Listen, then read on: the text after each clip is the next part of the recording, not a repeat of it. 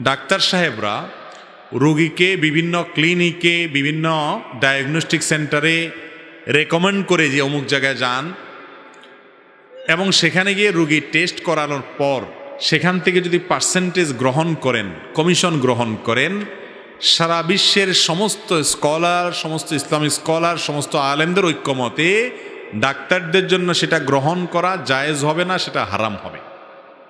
সেটা কি হবে ভাই? কেন হারাম হবে? তার কারণ হলো, অনেক কারণ আছে। তার প্রথম কারণ হলো, নবী করিম সাল্লাল্লাহু আলাইহি সাল্লাম বলেছেন, ফাবিমা তাখুযু মালা আখি, আপনি কারোর কাছ থেকে কোনো পয়সা গ্রহণ করলে, কোনো সম্পদ গ্রহণ করলে কিসের বিনিময়ে গ্রহণ করছেন, এই প্রশ্নের উত্তর আপনাকে বের করতে হবে।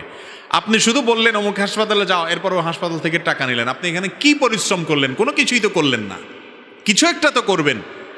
আপনি যে রেকমেন্ড করছেন অমুক জায়গায় যান, এটা তো আপনার দায়িত্ব পালন করেছেন, কারণ আপনাকে ওই রুগী ফিস দিয়েছে, 500, 700, 300, 1000 ফিস দিয়েছে।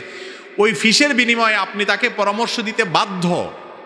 আপনার পরামর্শের বিনিময়ে সে ফিস দিয়েছে আপনাকে, তাহলে ফিস নিয়ে আপনি পরামর্শ দিয়েছেন, এই পরামর্শটা তো আপনার এমনি দেয়া লাগতো। এরপরে উপরি হিসাবে আপনি যদি সুবিধা নেন অন্য পক্ষ থেকে, এটা এক প্রকারের ঘুষ, এটা এক প্রকারের রিশওয়াত, এটা জায়েজ হওয়ার কোনো কারণ থাকতে পারে না।